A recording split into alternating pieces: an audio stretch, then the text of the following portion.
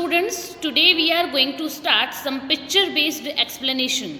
Since we have completed our syllabus of politics in India since independence and the contemporary world politics, so today we will discuss about some pictures from that book, that is Politics in India since independence. In next video we will discuss about some pictures related with the contemporary world politics. Students, we have already discussed about the 50% pictures, 50% syllabus of pictures in the previous video during our quarterly examination, and today we will cover remaining 50% pictures. So students, we are going to start from the last chapter, that is recent developments in Indian politics. Students, as you can see here हम लोग 6th chapter में हैं. इस बार का syllabus आपको मालूम ही है कि जैसे सिलेबस थोड़ा सा डिडक्ट हुआ है तो ये 9th चैप्टर नहीं, you can consider this chapter as chapter 6. आगे बढ़ते हैं. फर्स्ट जो पिक्चर है आपका वो चैप्टर के इंट्रोडक्शन में ही है.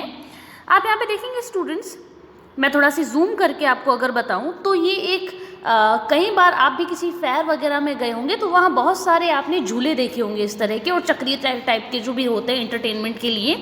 तो आप इसको देखेंगे कि कैसे अप्स एंड डाउन्स आ रहे हैं in Indian political system. Indian political system के कुछ अप्स एंड डाउन्स को यहाँ शो किया गया है. आप देखेंगे टॉप पर थी, फिर डाउन, फिर up and later on down. अब ये अप्स एंड डाउन्स में क्या शो कर रहे हैं, यहाँ पे आप देखेंगे कि बहुत सारे लीडर्स हमारे सामने हैं. लीडर्स के हाथ में कुछ एक फ्लैग्स भी आप लोग देखेंगे. अब ये फ्लैग्स जो हैं उनके बारे में आप देखें, राजीव गांधी, ये राजीव गांधी हैं, राजीव गांधी के हाथ में एक फ्लैग है, दैट इज़ सद्भावना यात्रा. अब सद्भावना यात्रा, किस बात की सद्भावना यात्रा की बात कर रहे हैं स्टूडेंट्स? ये सद्भावना यात्रा थी सबसे पहली तो आपकी तमिल से रिलेटेड, और दूसरा सद्भावना यात्रा जो थी वो रिलेटेड थी with the Ram temple issue. जो डिस्प्यूटेड लैंड था इन अयोध्या, वो आज वहाँ पे श्री राम टेम्पल बन रहा है, लेकिन earlier it was a disputed land. तो उसकी वजह से जो भी वायलेंस क्रिएट हुआ था, तो उसके काउंटर में उस वायलेंस को कहीं ना कहीं मिटिगेट करने के लिए, अवॉइड करने के लिए स्टार्ट की थी राजीव गांधी ने सद्भावना यात्रा. इसके बाद आप और जूम करके अगर देखें, और जूम में कर रही हूँ आपके सामने, यहाँ पे आप यहाँ देखेंगे वेंदता एक्सप्रेस का भी एक किले के बैठे हैं. मंडल वीपी सिंह जो थे, VP Singh are prime minister in 1989-1990. That time VP Singh Mandal commission की रिकमेंडेशंस को इम्प्लीमेंट करने के लिए वो एक अलग फ्लैग लेके बैठे हैं. He is L.K. Advani, Lal Krishna Advani, Deputy Prime Minister of India, ex Deputy Prime Minister of India. तो वो रथ यात्रा निकाल रहे हैं. अब ये वापस रथ यात्रा काहे की है, तो ये समझें आप. ये रथ यात्रा, as I told you earlier, कि जो डिस्प्यूटेड लैंड था, उस डिस्प्यूटेड लैंड पे बाबरी मॉस्क बना हुआ था. उस बाबरी मॉस्क की जगह श्री राम टेम्पल बनाने के लिए विश्व हिंदू परिषद, भारतीय जनता पार्टी, भारतीय जनसंघ और वेरियस अदर एक्सट्रीमिस्ट हिंदू जो भी ऑर्गेनाइजेशंस, एसोसिएशंस थी, वो चाहती थी कि बाबरी मॉस्क जो है उसकी जगह पर बनना चाहिए श्री राम टेम्पल, और इस श्री राम टेम्पल के लिए उन्होंने निकाली एक रथ यात्रा. स्टूडेंट्स, यहाँ पे ये चीज़ बहुत ज़्यादा इम्पॉर्टेंट हो जाती है. मैं तो आपको गूगल करके दिखा दूँगी, मेरे लिए कोई दिक्कत नहीं है, लेकिन मैं चाहती हूँ कि आप भी कुछ इनिशिएटिव्स लें और आप खुद भी सर्च करके देखें कि रथ यात्रा के टाइम पर मीनवाइल कैसा माहौल था. मुझे मालूम है, मैं जितना समझ पाई हूँ इस रथ यात्रा वाले पूरे इशू को पूरे देश से, है ना, पूरे देश से जो ब्रिक्स हैं वो भेजी गई थी इन अयोध्या, और इन्होंने L.K. आडवाणी, लाल कृष्ण आडवाणी जिनको जाना जाता है, अटल बिहारी वाजपेयी, मुरली मनोहर जोशी, अशोक सिंघल, आपको ऐसे बड़े बड़े नाम देखने को मिलेंगे जो कि ये एड्रेस किया था उन्होंने पब्लिक को कि मंदिर वहीं बनाएंगे. ये मैं क्यों बोल रही हूँ मंदिर वहीं बनाएंगे, because it was a famous speech bye L.K. Advani and Vajpayee.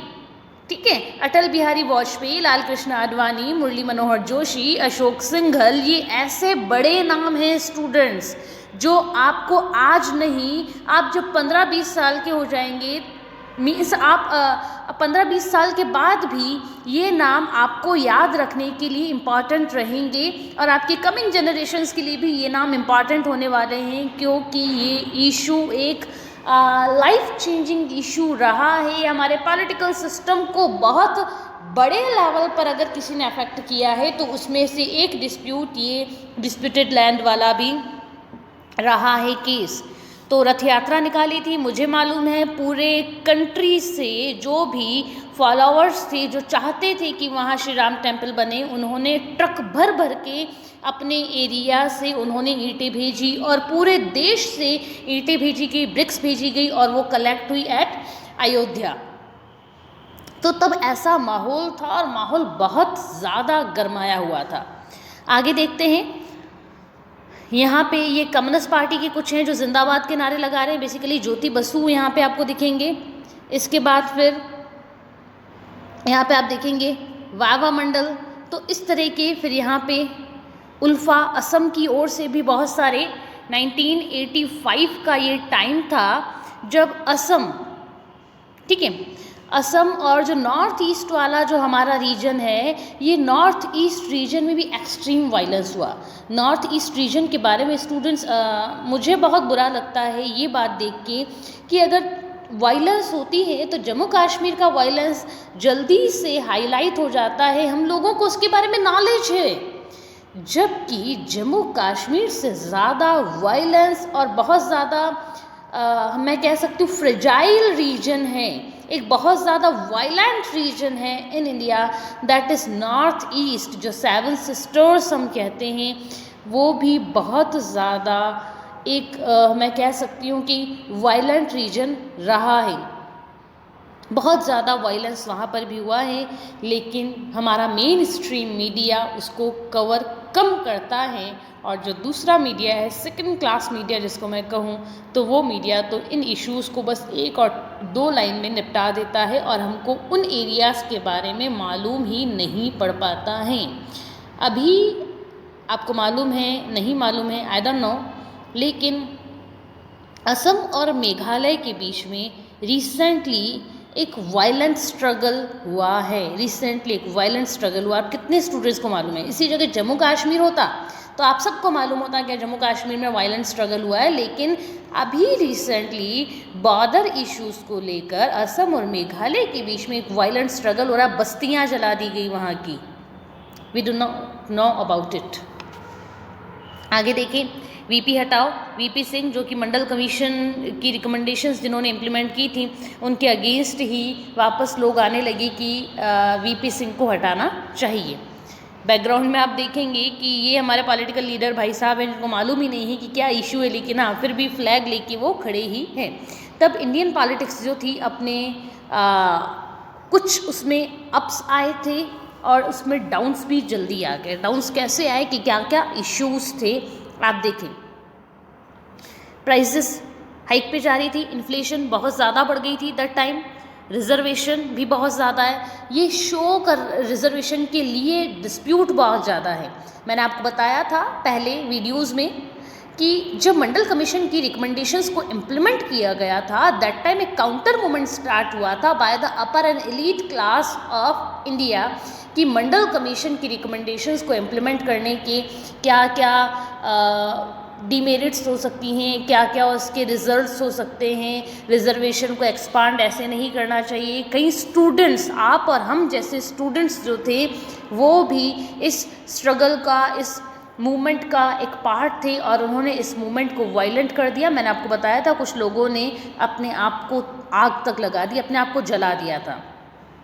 Upper and elite class की अगर मैं बात करूं तो 1980s टू 2000 का ये वो टाइम है जब प्राइसेस हाइक पर थी, रिजर्वेशन की एक आग लगी हुई थी। आग क्यों है? क्योंकि इसकी वजह से हो रहा था violence. Jammu and Kashmir issue, अब जम्मू एंड कश्मीर को भी यहाँ पे फ्लेम क्यों शो कर रहा है भाई? यहाँ पे फ्लेम आग क्यों शो कर रहा है? The flame of violence. ये जो भी फ्लेम है ना, this flame is of violence, कि वायलेंस हुआ था, ज़बरदस्त वायलेंस हुआ था इन सब की वजह से। तो जम्मू कश्मीर का क्या इशू रह गया स्टूडेंट्स? 1989 और 1990 ये वो साल है जब जम्मू कश्मीर के जो पंडित्स की आप लोग बात करते हैं ना, कि जम्मू कश्मीर में पहले पंडित्स रहा करते थे जिनको कश्मीरी पंडित कहा करते थे, और उनको वहाँ से भगा दिया गया, ठीक है, उनको वहाँ से एक्सक्लूड कर दिया गया फ्रॉम जम्मू एंड कश्मीर, उनको डिस्प्लेस कर दिया गया। तो ये कब हुआ था? It was happen in 1989 and 1990। ये वो टाइम था जब जम्मू कश्मीर से वहाँ के पंडित्स को भगा दिया गया था, और रातों रात जम्मू कश्मीर के पंडित्स जो थे वो उस वायलेंस और उस threat of property, threat of life and threat of respect to, इन सब के डर से जम्मू कश्मीर के पंडित रातों रात वहाँ से माइग्रेट करते गए। आगे बढ़ते हैं। ये शो कर रहा है कि आप जिस स्पीड से ऊपर आए हैं, जैसे ही नीचे आएंगे सबके सब आग में आने वाले हैं, सबके सब आग में झुलसने वाले हैं, ये शो कर रहा है। अब ये किसकी है? ये वायलेंस की है। This violence that was generated और created by price hike, reservation and Jammu and Kashmir issue. आगे बढ़ते हैं। हाँ, ये पिक्चर स्टूडेंट्स इस पूरे के पूरे चैप्टर में, जो चैप्टर 6 है आपका, that is recent developments in Indian politics, इसमें आप जो पिक्चर्स देखेंगे, बेसिकली जो कार्टून्स देखेंगे, वो कार्टून्स अमूल के हैं। तो बहुत ही इंटरेस्टिंग और क्रिएटिव कार्टून्स बनाए हैं अमूल ने। आई इंडिविजुअली अप्रिशिएट दीज कार्टून्स। सो पहले क्या सिस्टम चलता था, मैंने आपको पहले बताया था कि रीसेंट डेवलपमेंट्स में हम पढ़ने वाले क्या हैं। सबसे पहला हम रीसेंट डेवलपमेंट्स में पढ़ने वाले हैं कि कांग्रेस सिस्टम जो था वो ख़त्म हो गया था, the end of Congress system. Recent developments में फर्स्ट पॉइंट, अगर आपने वीडियोस नहीं देखे हैं तो मैं रिकमेंड करूंगी कि आप मेरे पहले वो वाले वीडियोस देखें जहां पे मैंने इस चैप्टर को एक्सप्लेन किया है। वो देखने के बाद ही आप इस वीडियो को, इन पिक्चर्स को, इन कार्टून्स को अच्छे से समझ पाएंगे। तब मैंने आपके सामने लिस्टिफाई किया था कुछ इश्यूज़ को कि रीसेंट डेवलपमेंट्स हैं। Then what are recent developments? Recent developments में हम कौन से रीसेंट डेवलपमेंट्स की बात कर रहे हैं? Then first was the end of Congress system, another was Mandal issue, third was, Mandal means reservation issue, third was Shri Ram disputed land issue, Babri mosque वाला जो इशू था, ये एक दूसरा इशू था। तो इस तरीके से मैंने आपके सामने कुछ इश्यूज रखे थे। एंड फोर्थ वाज कि बीजेपी का राइज हो रहा था, the rise of BJP and the other political parties which were anti Congress. तो यहाँ हम लोग देखें कि कांग्रेस जहाँ पे अपनी डोमिनेंस फ्रॉम 1951 टू 1985, ठीक है, 1951 टू 1985 हम लोग देखेंगे। मैं कुछ एक टाइम पीरियड को छोड़ रही हूँ, आप ऐसे नहीं कहेंगे मैम 1977 में तो कांग्रेस थी ही नहीं, मैं उस बात पर नहीं जा रही हूँ। एक ब्रॉड पर्सपेक्टिव में आप देखें तो इस पूरे टाइम पीरियड में फ्रॉम 1951 टू 1985 कांग्रेस की डोमिनेंस थी। कांग्रेस अपने दम पर गवर्नमेंट बनाने की कैपेसिटी रखती थी। तो कांग्रेस के साथ अगर कोई दूसरी पार्टी नहीं भी है ना तो चलेगा, कांग्रेस के पास वो मैजिकल नंबर रहता था। अब मैजिकल नंबर क्या है वो आप लोग मुझे कमेंट बॉक्स में मेंशन करके बताएंगे, what is the magical number. तो कांग्रेस के पास ऑलवेज फ्रॉम 1951 टू 1985 एक मैजिकल नंबर रहा था। लेकिन बाद में देखेंगे कि जैसे ही बाद वाले इलेक्शन होते हैं, 1989, 1991 वाले इलेक्शन होते हैं, तो कांग्रेस जो है उसके पास गवर्नमेंट नहीं रह, उसके पास मैजिकल नंबर नहीं रहता है। कांग्रेस अपना जो वोट बेस है वो खो देती है। अब हम लोग पढ़ते हैं कैप्शन क्या है। The caption is Congress leader Sitaram Kesri withdrew the crutches of support from Deve Gowda united front government. Deve Gowda की, as I told you earlier, Deve Gowda जो कि कर्नाटका से बिलोंग करते थे, उनको सपोर्ट दिया था और देवेगौड़ा प्राइम मिनिस्टर बने थे इंडिया के।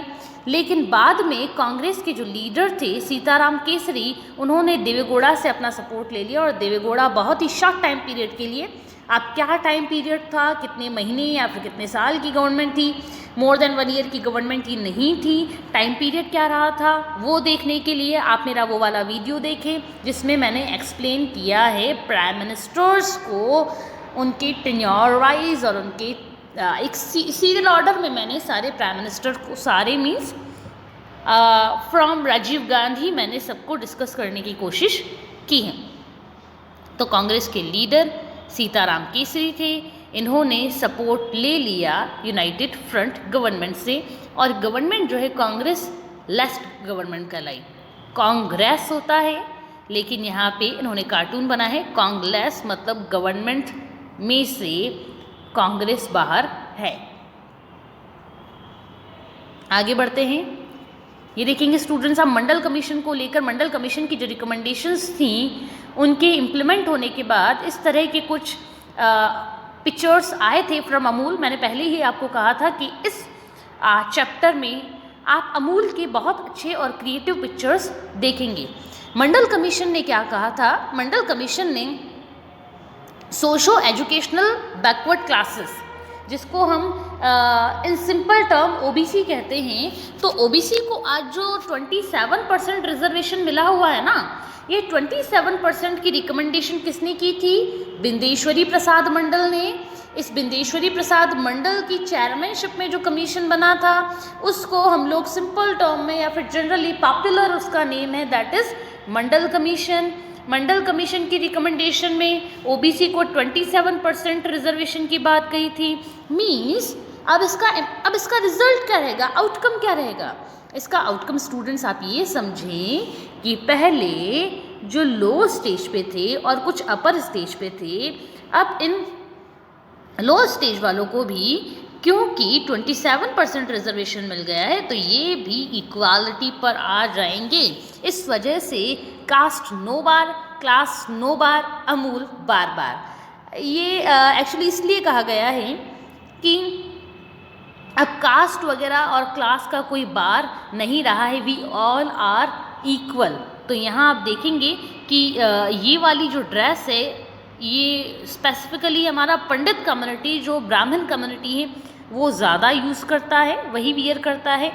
लेकिन यहाँ पे सबको एक साथ दिखाया गया है और इक्वल स्टेटस के साथ कि सबके हाथ में अमूल बटर है, मीन सब उतनी कैपेसिटी रखते हैं इक्वालिटी पर। आगे बढ़ते हैं, एक और चेंज जो रिसेंट डेवलपमेंट्स में मैंने आपके साथ डिस्कस किया था in that video, that was LPG. 1991 में इंडियन इकोनॉमी में एक बहुत बड़ा चेंज आया था और इस इकोनॉमिक चेंज ने पूरे पॉलिटिकल सिस्टम को चेंज कर दिया। तो ये सिस्टम क्या था, ये था लिबरलाइजेशन, प्राइवेटाइजेशन एंड ग्लोबलाइजेशन।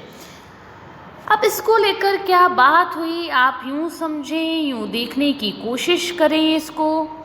देखो स्टूडेंट्स, ये हुआ क्यों था, मैंने आपको जो लेक्चर एक्सप्लेन किया था उसमें मैंने आपको बताया था कि 1991 वो टाइम आ चुका था जब इंडिया का जो एक एवरग्रीन फ्रेंड था दैट वाज यूएसएसआर, उस यूएसएसआर का ब्रेकडाउन हो चुका था, फिर चल रहा था इस टाइम पे 1991 के टाइम की मैं बात कर रही हूँ, गल्फ वॉर चल रहा था, तो अनसर्टेनिटी बहुत ज़्यादा थी। और इस पूरे के पूरे टाइम पीरियड में क्या हुआ कि इंडिया की इकोनॉमी ऐसे क्रम्बल करी कि हम बैंक्रप्सी की सिचुएशन तक आ गए थे। बैंक्रप्सी तो आप यूँ मान लें कि हमारे पास ज़्यादा पैसा नहीं था, हम मुश्किल से 1 महीना सर्वाइव नहीं कर पाते, हमारी इकोनॉमी जस्ट 1 मंथ, हमारी इकोनॉमी 1 महीना सर्वाइव करने की सिचुएशन में भी नहीं थी, कंगाल होने की कंडीशन पे थे हम लोग। और हम लोगों ने जब डिमांड की लोन की कि देखो मान लो रजनी कंगाल होगी, रजनी के पास कुछ नहीं है, तो रजनी अपने पास मनी कैसे गेन कर सकती है टू गेट लोन, तो उन्होंने भी लोन बोरो करने की बात कही कि ठीक है हम लोग लोन लेते हैं। अब देखो स्टूडेंट्स, हम इंडिविजुअल्स हैं वो तो बैंक से लोन ले लेंगे या फिर एक दूसरे से आपस में लोन ले लेंगे। कंट्रीज़ जो हैं वो लोन लेती हैं, इंटरनेशनल बहुत सारे और भी सोर्सेज हैं डोमेस्टिक सोर्सेस, इंटरनेशनल सोर्स, मैं इंटरनेशनल पर ज़्यादा फोकस कर रही हूँ, आप समझे यूँ। तो हम लोगों ने डिमांड की थी IMF से, इंटरनेशनल मॉनेटरी फंड। इसके अलावा हम लोगों ने लोन की डिमांड की थी फ्रॉम द वर्ल्ड बैंक। अब दोनों ने ही क्या कहा, दोनों ने ही कहा कि नहीं, हम आपको यूं ही तो लोन नहीं देंगे, हमारी कुछ टर्म्स एंड कंडीशंस हैं। और टर्म एंड कंडीशन क्या है, इन्होंने कंडीशन रखी इंडिया के ऊपर कि इंडिया को LPG लाना होगा, इंट्रोड्यूस करना होगा इन इंडिया। अब इन्होंने ऐसा क्यों कहा, इसकी इम्प्लीकेशंस क्या हो सकते थे, वो मैं आपको वीडियो लेक्चर में बता चुकी हूँ। यहाँ तो मैं उन सारी चीज़ों को वापस डिस्कस नहीं करूँगी, आप बस मैं यहाँ पे सिर्फ इस पिक्चर को एक्सप्लेन करने वाली हूँ। तो Manmohan Singh was finance minister that time. आप यहाँ देखेंगे मनमोहन सिंह फाइनेंस मिनिस्टर थे, prime minister was Narasimha Rao. Narasimha Rao भी हमारे साथ में थे, ही इज़ नरसिम्हा राव। और आगे देखेंगे हम लोग कि मनमोहन सिंह ने जब प्राइम मिनिस्टर ये थे हमारे नरसिम्हा राव, तो नरसिम्हा राव ने मनमोहन सिंह से पूछा, क्योंकि Manmohan Singh is a great economist, तो मनमोहन सिंह से पूछा भी ठीक है, वर्ल्ड बैंक और IMF तो हमको लोन यूँ तो दे ही नहीं रही है, वो तो कह रही है कि हमको कुछ हमारी कुछ टर्म्स एंड कंडीशंस है, तो क्या करें। मनमोहन सिंह ने ओके कर दिया कि ठीक है LPG ले आओ। यहाँ मनमोहन सिंह, ये आप देखेंगे ही इज़ कॉमन मैन। आगे और बताऊंगी मैं आपको इसके बारे में, अभी आप इतना से समझें। फर्स्ट मनमोहन सिंह, सेकेंड आपके नरसिम्हा राव, थर्ड हैं कॉमन मैन। और यहाँ मनमोहन सिंह जो हैं वो नरसिम्हा राव और कॉमन मैन को क्या अश्योरेंस दे रहे हैं, आप यहाँ पे देखें। Risky, difficult, yes, but once we reach there all our worries will be over, think of that. तो मनमोहन सिंह जो हैं वो PV नरसिम्हा राव और कॉमन मैन, इन दोनों को बता रहे हैं कि रिस्की है, डिफ़िकल्ट है, yes I agree with this, लेकिन एक बार अगर हम यहाँ प्रॉस्पेरिटी वाले गोल पे पहुँच गए तो उसके बाद सारी चिंताएं ख़त्म हो जाएंगी। और उस टाइम के बारे में सोचो जब आपकी सारी चिंताएं ख़त्म हो जाएंगी। इस तरीके से मनमोहन सिंह जो कि यहाँ पर थे, ठीक है, मनमोहन सिंह मतलब हमारी इकोनॉमी जो यहाँ पर थी, और प्रॉस्पेरिटी कहाँ है, प्रॉस्पेरिटी देखो स्टूडेंट्स, हम लोग यहाँ पर थे, मैंने आपको बताया कि हम लोग कंगाल हो चुके थे कम्प्लीटली, ठीक है। प्रॉस्पेरिटी कहाँ है, इट इज़ हियर। अब देखो आप यहाँ पे हो, यहाँ तक पहुँचना है तो स्टेयर केस तो चाहिए होगा ना, सीढ़ियाँ तो चाहिए होंगी आपको। तो क्या हो सकती है स्टेयर केस, मनमोहन सिंह और PV नरसिम्हा राव ने वर्ल्ड बैंक और IMF की सारी कंडीशंस को मान लिया और लोन को बनाया staircase. So loan was staircase to reach at this place. तो प्रॉस्पेरिटी तक पहुंचने के लिए हमने क्या मीन यूज़ किया, दैट वाज लोन। अब देखो आप ये लोन कैसे था और क्या था। New economic order under construction, new economic order आ चुका था। क्यों न्यू इकोनॉमिक ऑर्डर था, मेरा ग्लोबलाइजेशन वाला चैप्टर आप पढ़ें, मैंने आपको बताया था कि अर्लियर सब मतलब मोस्ट ऑफ द सेक्टर जो था हमारे इंडिया का फ्रॉम 1991 हम देखें, मतलब बिफोर 1991 वो अंडर गवर्नमेंट था, लेकिन आफ्टर 1991 की बात करें तो हम लोगों ने स्टार्ट कर दिया प्राइवेटाइजेशन। अब प्राइवेटाइजेशन कर दिया तो हम क्या कर रहे हैं, we are moving from government to private, government to private की तरफ मूव कर रहे थे हम लोग। तो इसको कहा गया न्यू इकोनॉमिक ऑर्डर। और ये न्यू इकोनॉमिक ऑर्डर जो था इट वाज अंडर कंस्ट्रक्शन। आप लोग देख ही सकते हैं कि कंस्ट्रक्शन के टाइम पर कैसी एक बहुत ही रॉ स्टेयर केस बनाई जाती है, तो हमारी भी रॉ स्टेयर केस थी जिस पर कि डर डर के ये आगे बढ़ रहे थे। अब हम लोगों ने जो भी न्यू इकोनॉमिक ऑर्डर के कंस्ट्रक्शन के लिए रिसोर्सेज कहाँ कहाँ से हम लोगों ने अवेल किए थे ये समझें।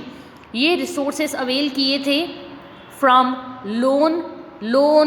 लोन किससे लिया था, अगेन IMF और वर्ल्ड बैंक से लोन लिया था। NRIs का लोन हमारे ऊपर था, ये देखिए IMF world bank order PV Narasimha Rao, ये देख ही रहे हैं न्यूज़पेपर पढ़ते हुए। फॉरेन कैपिटल हम लोगों ने ली थी। और यहाँ आप देखेंगे मनमोहन सिंह जो हैं कुछ कंस्ट्रक्शन टूल्स अपने पास लेके बैठे हैं जिससे कि वो अश्योर कर रहे हैं कॉमन मैन को कि हम लोग वहाँ पे पहुँचेंगे और हमारे अच्छे दिन भी आएंगे।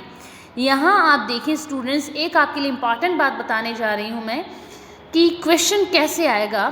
क्वेश्चन आ सकता है who is this one first person, who is the second person, ठीक है, who is the third person.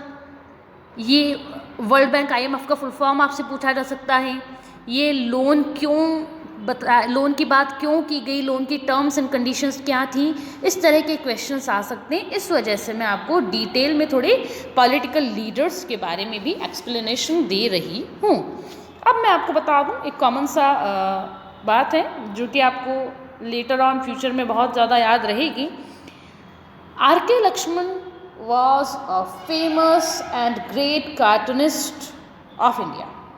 बहुत शानदार कार्टूनिस्ट थे और उनका कार्टून जो था वो मोस्टली आपको उनके कार्टून्स में कॉमन मैन ज़रूर दिखेंगे। कॉमन मैन RK लक्ष्मण के कार्टून्स में वो उनकी एक अपन कह सकते हैं कैरेक्टरिस्टिक थी या फिर स्पेशलिटी थी RK लक्ष्मण की, कि RK लक्ष्मण का कार्टून है तो कॉमन मैन उसे कहीं ना कहीं तो वो शो करेंगे। तो और कॉमन मैन का ड्रेस भी जो था वो इस तरह का रखते थे।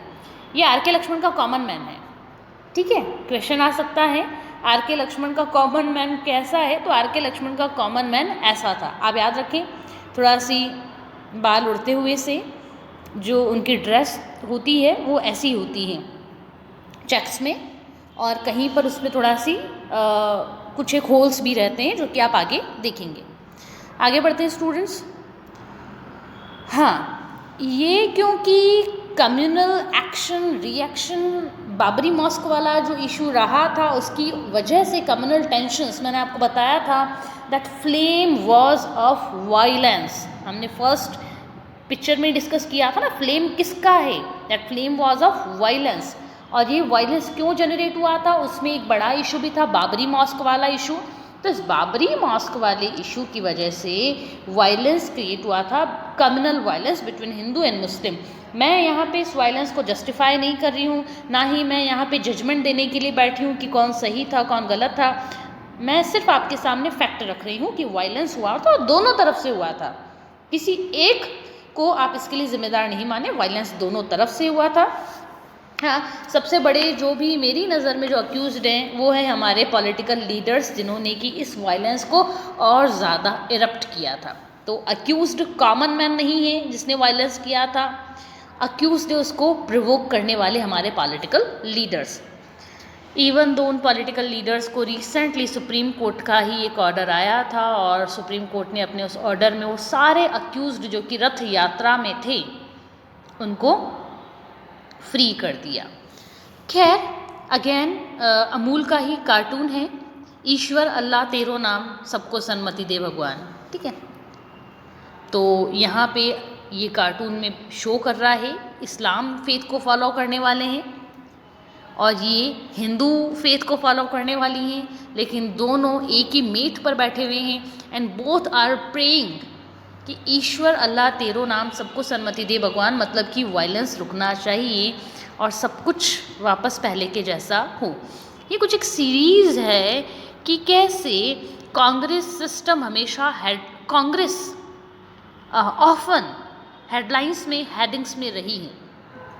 96 का कैंपेन की बात करें तब भी Congress, should he be smiling, वापस missing a leader, Indira Gandhi को याद करते हुए, इंडिया टुडे, यहाँ आउटलुक, ये सारी मैगजीन्स है स्टूडेंट्स, है ना, ये न्यूज़पेपर नहीं है, दीज आर मैगजीन्स। तो outlook is a magazine, India today भी मैगजीन है। वापस इंडिया टुडे का यहाँ भी देखेंगे the best and the worst, कि आखिर मनमोहन सिंह बेस्ट रहे या वर्स्ट रहे, ये सोचने की बात है। अब बेस्ट और वर्स्ट क्यों कहा गया है उसके बारे में मैं आपको ब्रीफली बता दूं। Manmohan Singh was best. क्यों बेस्ट थे? क्योंकि he was a great economist, he is a great economist, बहुत ग्रेट इकोनॉमिस्ट हैं, सेंसिटिव हैं, ये इनकी स्पेशलिटी है, ग्रेट इकोनॉमिस्ट, सेंसिटिव। और इनकी मनमोहन सिंह के क्या क्या कॉन्ट्रीब्यूशंस रहे हैं वो कभी हम और डिस्कस करेंगे। मैं आपको मनमोहन सिंह, आप चाहेंगे तो मैं मनमोहन सिंह के ऊपर एक पूरा सेपरेट डेडिकेटेड वीडियो ले आऊँगी उनके अचीवमेंट्स को लेकर। ग्रेट इकोनॉमिस्ट हैं, सेंसिटिव हैं, और ये पर्सनल इंटरेस्ट के लिए, या फिर जिसको टेक्निकल टर्म में क्या कहते हैं, वेस्टेड इंटरेस्ट, ये पहले याद रखना, वेस्टेड इंटरेस्ट के लिए इन्होंने कभी काम नहीं किया, मतलब स्वार्थी नहीं है Manmohan Singh ji. But he is worst, स्वार्थी नहीं होने के बाद भी, सेल्फिश नहीं होने के बाद भी Manmohan Singh is worst. Why worst? Because he was puppet of Congress leadership. ये कांग्रेस की लीडरशिप और गांधी फैमिली के पपेट बने रहे। इन्होंने जो करना चाहिए था वो नहीं किया। अगेन कॉलिशन पॉलिटिक्स के बारे में हम लोग पढ़ें तो कॉलिशन पॉलिटिक्स में आप देखेंगे, मैं पहले कैप्शन आपके सामने पढ़ दूं ताकि जब क्वेश्चन आए तो आपको ज़्यादा प्रॉब्लम नहीं हो। मैंने आपको पहले भी बताया था कि 1989 के टाइम पर कांग्रेस को बाहर रखने के लिए फ्रॉम द गवर्नमेंट बीजेपी और कम्युनिस्ट पार्टी दोनों ने सपोर्ट दिया था। आप वापस मेरा वो वाला वीडियो देखें। अभी भी मैं कह रही हूँ कि अगर आपने वो वाले वीडियोस नहीं देखे हैं, ये चैप्टर नहीं पढ़ा है, तो आपको दिक्कत आ सकती है इन पिक्चर्स को समझने में। देखें स्टूडेंट्स, मैं आपके सामने यहाँ पे वापस थोड़ा सी जूम कर दूँ इसको और फिर हम लोग पढ़ते हैं। कैप्शन को थोड़ा छुपा दिया है। Yes, he is VP Singh. ठीक है, वीपी सिंह के पास अपना कोई मैजिकल नंबर नहीं था वोट्स का कि वो अपने दम पे गवर्नमेंट बना ले, तो अपने दम पे गवर्नमेंट बनाने की कैपेसिटी नहीं रख रहे थे वीपी सिंह। अब वीपी सिंह गवर्नमेंट नहीं बनाएंगे तो फिर कौन बनाएगा? कांग्रेस बना सकती थी, कांग्रेस तो क्लेम भी करती थी। लेकिन एल के आडवाणी, ये हैं एल के आडवाणी पिक्चर में, जो कि बीजेपी को लीड कर रहे थे। और यहाँ पे आप देखेंगे कि यहाँ पे आपको ज्योति बसु देखने को मिलेंगे। ज्योति बसु वैसे बड़े ज़बरदस्त लीडर, डेयरिंग लीडर रहे हैं। नेहरू के टाइम पर नेहरू के सामने खड़े होके बोलने की हिम्मत अगर किसी में थी तो ज्योति बसु उनमें से एक थे। तो वीपी सिंह, आडवाणी, बसु, वैसे तो इनकी आइडियोलॉजी, कम्युनिस्ट आइडियोलॉजी और बीजेपी की आइडियोलॉजी दोनों कंप्लीटली अपोजिट हैं। दोनों पोल्स हैं, एक नॉर्थ है तो एक साउथ है, एक ईस्ट है तो एक वेस्ट है। कंप्लीटली अपोजिट और एंटी आइडियोलॉजी रखते हैं। लेकिन कांग्रेस को गवर्नमेंट से बाहर रखने के लिए इन दोनों ने क्या किया? इन दोनों ने ही सपोर्ट किया। ये दोनों ही एक कॉमन एजेंडा पर इन्होंने सपोर्ट किया वीपी सिंह की गवर्नमेंट को, और उन्होंने वीपी सिंह को एक्सटर्नल सपोर्ट दिया। अब एक्सटर्नल सपोर्ट और इंटरनल सपोर्ट क्या होता है उसके बारे में अगर मैं आपको बताऊं तो आप यूँ समझें। देखो स्टूडेंट्स, गवर्नमेंट है, इंटरनल सपोर्ट की बात करते हैं। इंटरनल सपोर्ट का मतलब रहेगा कि रजनी की पार्टी वीपी सिंह को सपोर्ट दे रही है, तो रजनी वीपी सिंह के सामने बार्गेनिंग करेगी कि वीपी सिंह, बार्गेनिंग, अच्छे से सुनना द टर्म बार्गेनिंग करेगी। और बार्गेनिंग करके कहेगी वीपी सिंह जी आप मुझे डेप्यूटी प्राइम मिनिस्टर बना दो। रजनी की पार्टी बोल रही है वीपी सिंह को कि अगर मेरा सपोर्ट चाहिए तो मुझे पार्लियामेंट के अंदर या फिर मुझे आप डेप्यूटी प्राइम मिनिस्टर बना दो, मुझे home minister, external affair minister, finance minister, मुझे कोई ना कोई पोस्ट चाहिए इन गवर्नमेंट। ठीक है, इन गवर्नमेंट कोई ना कोई पोस्ट के लिए रजनी बार्गेनिंग करेगी। इसको कहते हैं इंटरनल सपोर्ट, इंटरनल सपोर्ट। ठीक है, लेकिन अगर रजनी कहे कि ठीक है मैं आपको सपोर्ट भी दे रही हूँ और मुझे आपसे कुछ चाहिए भी नहीं बदले में, सपोर्ट तो दे रही हूँ, बदले में कुछ भी नहीं चाहिए, तो ये रहेगा एक्सटर्नल सपोर्ट। ठीक है, तो एक रहता है इंटरनल सपोर्ट, एक रहता है एक्सटर्नल सपोर्ट। ये आउटसाइड जो सपोर्ट है ना, इसी को एक्सटर्नल सपोर्ट कहा गया है, बात सेम ही है। तो Jyoti Basu means communist party CPI और बीजेपी ने वीपी सिंह को सपोर्ट तो दिया, but it was outside support. उन्होंने वीपी सिंह से बदले में कुछ डिमांड नहीं किया, कुछ नहीं मांगा बदले में वीपी सिंह से। लेकिन ये एक्सटर्नल सपोर्ट ना ज़्यादा टाइम तक चलता नहीं है। तो ज़्यादा टाइम तक चलता नहीं है तो हुआ ये कि जैसे ही मंडल कमीशन की रिकमेंडेशन आई, मंडल, बीजेपी ने एग्जिट कर दिया, हम आपको सपोर्ट नहीं देते। तो बीजेपी ने अपना सपोर्ट लिया, सीपीआई ने अपना सपोर्ट लिया, दोनों ने अपना अपना सपोर्ट लिया और फिर ये गई वीपी सिंह की गवर्नमेंट। ठीक है, अब आप देखेंगे कि ये even though L K. Advani means BJP और CPI communist party of India जो है उसने एक्सटर्नल सपोर्ट दिया फ्रॉम आउटसाइड, कुछ डिमांड तो नहीं की, लेकिन वीपी सिंह को एक पपेट प्राइम मिनिस्टर बना दिया। देखेंगे आप वीपी सिंह कंप्लीटली कौन कंट्रोल कर रहा है? वीपी सिंह का one hand and leg control कर रहे हैं सीपीआई और another is controlled by BJP.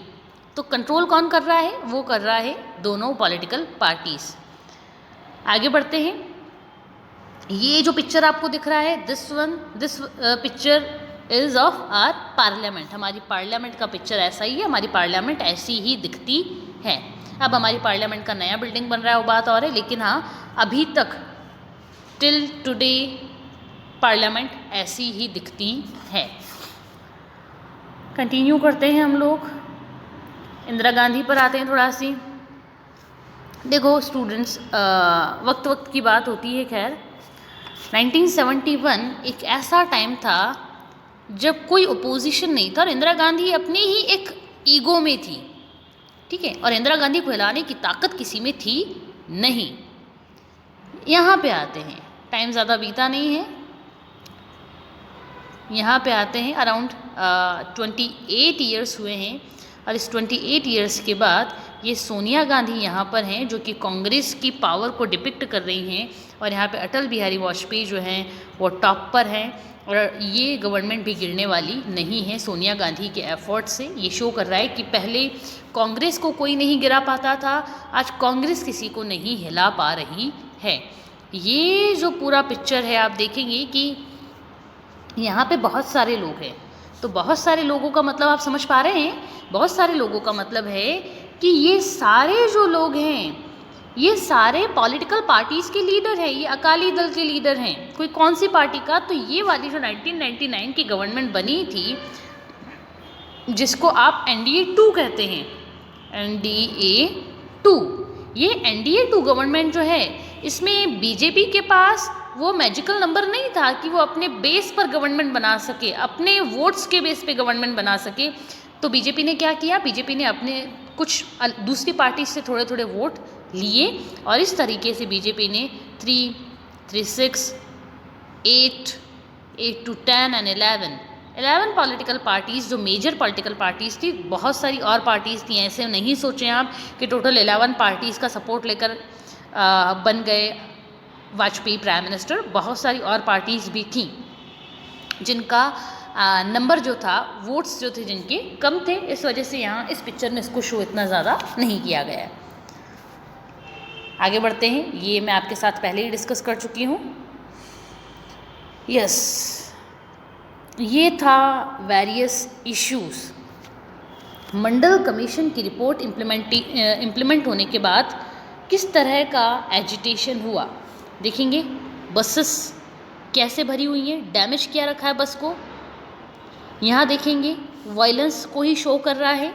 ये सारी चीज़ें शो कर रही हैं कि मंडल कमीशन की रिकमेंडेशन को इम्प्लीमेंट करना इतना ईजी नहीं था। जस्ट 27% की आज बात होती है ना, ये 27% बहुत आसानी से नहीं मिला है, बहुत वायलेंट था। इन दिनों खैर गुर्जर कम्युनिटी भी स्पेशल बैकवर्ड कास्ट को लेकर कर ही रही है, अपना मूवमेंट हेल्ड कर रही है। बाबरी इशू को लेकर स्टूडेंट्स आप देखेंगे, मैं पिक्चर थोड़ी जूम कर देती हूँ आपके लिए। जो रथ यात्रा हुई थी ना, रथ यात्रा के बाद 1992 में है ना, 1992 में ये हुआ था डिमोलिशन ऑफ बाबरी मॉस्क। जो रथ यात्रा वाले जो फॉलोअर्स थे ना, ये बाबरी मॉस्क के ऊपर चढ़ गए। आप देखेंगे यहाँ पे ये रहे, आप देखेंगे कि ये मॉस्क है, ये मॉस्क है और ये मॉस्क के ऊपर तक चढ़ गए इसको डिमोलिश करने के लिए। जैसे ही 2-4 लोग चढ़े वैसे ही पूरी की पूरी क्राउड जो थी वो इसके ऊपर टूट पड़ी और उन्होंने बाबरी मॉस्क को बिल्कुल डिमोलिश कर दिया। आप हेडिंग्स पढ़ेंगे, द हिंदुस्तान टाइम्स का है, बाबरी मस्जिद डिमोलिश्ड, सेंटर सेक्स कल्याण गवर्नमेंट। बहुत सारी हेडिंग्स थी। जो कल्याण सिंह की गवर्नमेंट थी, Kalyan Singh that time CM थे ऑफ यूपी, है ना। कल्याण सिंह सीएम थे यूपी उत्तर प्रदेश के, उनको हटा दिया गया, कल्याण सिंह सीएम नहीं रहे और वहाँ पे इमरजेंसी इम्पोज कर दी गई। अब which emergency was imposed that time, वो आप लोग मुझे बताएंगे। मैं इमरजेंसी के टाइप्स आपके साथ पहले डिस्कस कर चुकी हूँ in the chapter that was democratic resurgence. अब आप देखेंगे बहुत सारे यहाँ पे आपको पेपर्स के कटिंग्स दिखेंगे। अयोध्या बीजेपी, इसमें अटल बिहारी वाजपेयी कह रहे हैं Ayodhya BJP is worst miscalculation, ठीक है। He want Advani but no place for moderates lemons veteran. Students, कहने की बातें हैं, वाजपेयी खुद सपोर्टर रहे थे उस रथ यात्रा के। वाजपेयी की खुद की बहुत सारी स्पीचेज़ हैं, अब कहने के लिए कहने की बात होती है, बाकी ऐसा कुछ नहीं है। वाजपेयी सपोर्टर रहे थे, वाजपेयी ने खुद ने बहुत सारी प्रोवोक करने वाली स्पीचेस दी थी। अब बात क्योंकि ऊपर आ गई कि इतना वायलेंस हो गया, किसी ने एक्सपेक्ट ही नहीं किया था। Unprecedented violence was that.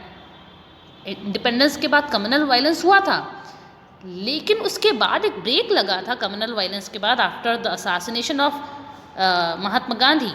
लेकिन महात्मा गांधी के असैसिनेशन के बाद इस लेवल का वायलेंस हुआ हो, सब लोग अब्यूज़ करने लग गए, सब लोग बहुत ज़्यादा टारगेट करने लग गए बीजेपी और वाजपेयी को, और एल के आडवाणी भी उसमें थे। तो वाजपेयी ने तो अपने आप को विड्रॉ कर लिया कि नहीं, मैंने तो मना किया था।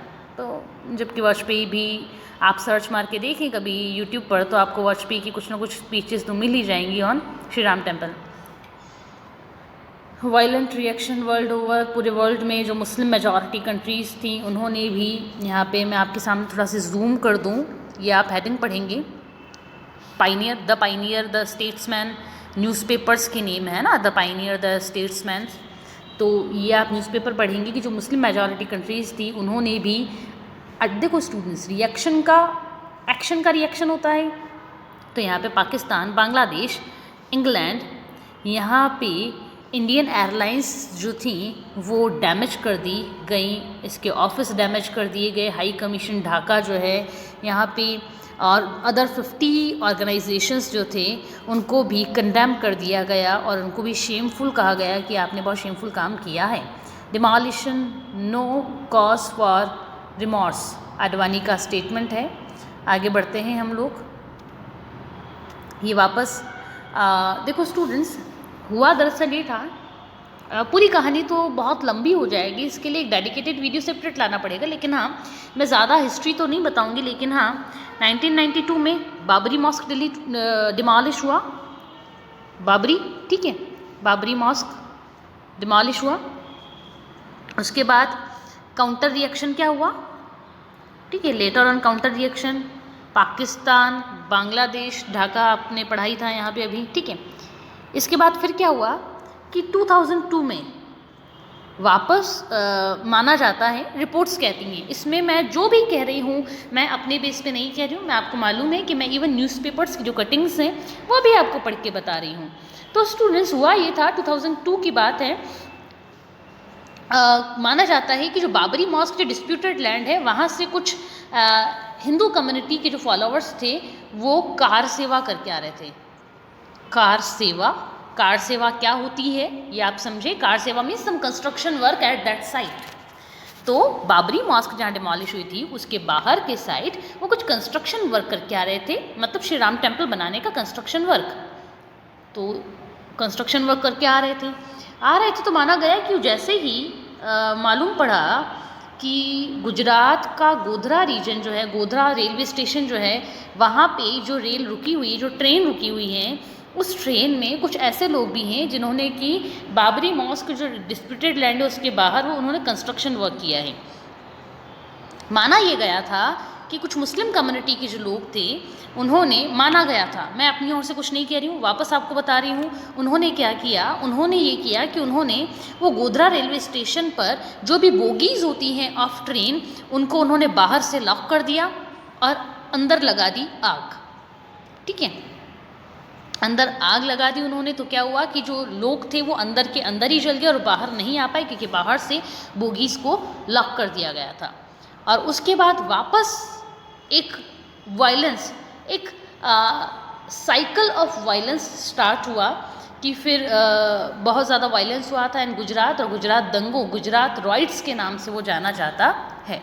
आप देखेंगे यहाँ पे एक ट्रैक्टर है, उस ट्रैक्टर को जला दिया गया है। Backlash, a truck on fire in Ahmedabad. इसके बाद बहुत ज़्यादा वायलेंस हुआ।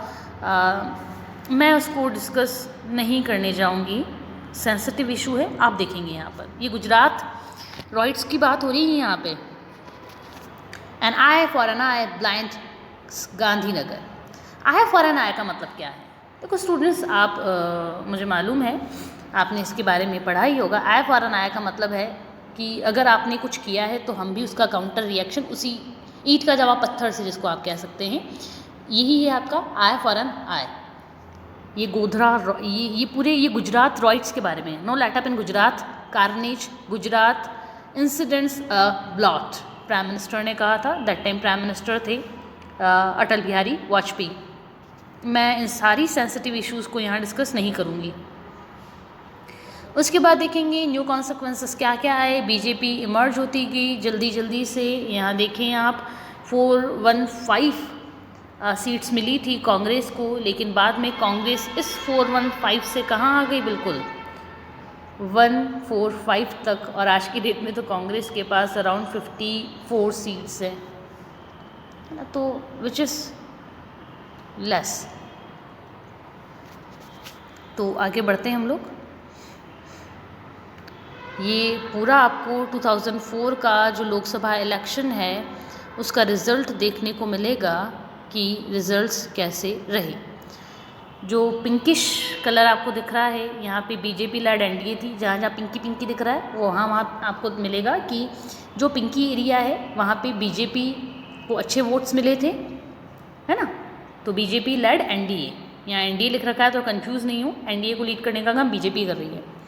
जो आपको ये येलो कलर दिख रहा है, ये येलो कलर जो है उसमें कांग्रेस लेड यूपीए। अब यूपीए का फुल फॉर्म क्या है आप मुझे बताएं, मैंने तो पहले बता दिया आपको। जो रेडिश आपको दिख रहा है, यहाँ रेड कलर में आपकी कम्युनिस्ट पार्टीज़ आई थी। लेफ्ट पार्टीज़ है तो लेफ्ट पार्टीज़ का मतलब कुछ और नहीं है, लेफ्ट पार्टी मतलब कम्युनिस्ट पार्टीज़। और जो दूसरे कलर्स हैं जस्ट लाइक और दिस वन स्काई ब्लू, यहाँ पे ये वाला कलर देखें तो ये वाला रीजन तो क्या है, दिस इज़ पीओके। तो इसको तो हम छोड़ ही दें फिलहाल, क्योंकि यहाँ तो इलेक्शन कंटेस्ट हम करवा ही नहीं पा रहे हैं क्योंकि पाकिस्तान ने ऑक्यूपाई कर रखा है। बाकी हाँ ये वाला रीजन आप देखें, जो भी आपको ब्लू ब्लू दिख रहा है, इस पूरे ब्लू रीजन में आप देखेंगे कि यहाँ पे अदर छोटी छोटी पार्टीज थी। वापस यहाँ पे आ रहे हैं हम लोग। ये एक दूसरा पिक्चर है कि कैसे कैसे प्राइम मिनिस्टर्स चेंज हुए। यहाँ 1990s में सोचा, ये सब जगह सोचा क्या गया है कि क्या वो सर्वाइव कर पाएंगे। Will VP Singh survive, will Chandrashekhar survive, will, सबके लिए यही यूज़ हो रहा था कि क्या सर्वाइव कर भी पाएंगे कि नहीं कर पाएंगे। ऐसा क्यों था? क्योंकि किसी के पास अपनी कोई क्लियर मेजॉरिटी नहीं थी, किसी के पास मैजिकल नंबर नहीं था। और आप देखें ना 1990 से लेकर 1998 में जनरली 5 ईयर का टर्म रहता है, तो कितने प्राइम मिनिस्टर्स चेंज होने चाहिए थे? जस्ट 2। हुए कितने? 6। 3 टाइम्स ज़्यादा प्राइम मिनिस्टर चेंज हुए। आप देखिए कितनी अनसर्टेनिटी है कि 10 सालों में जहाँ 2 प्राइम मिनिस्टर आने वाले थे उसकी जगह कितने हुए? 6 प्राइम मिनिस्टर आ गए, 6 प्राइम मिनिस्टर्स आ गए और 3 टाइम्स ज़्यादा प्राइम मिनिस्टर्स चेंज हुए हैं। इतनी ज़्यादा इनस्टेबिलिटी थी। और 2000 में तो सोचा गया विल इंडिया सर्वाइव। क्यों? क्योंकि हमारे यहाँ पे इश्यूज़ बहुत ज़्यादा थे। Students, this is the end of this video and in next video we will continue this series of cartoons and the explanations of cartoons and the pictures too. Till then, keep learning.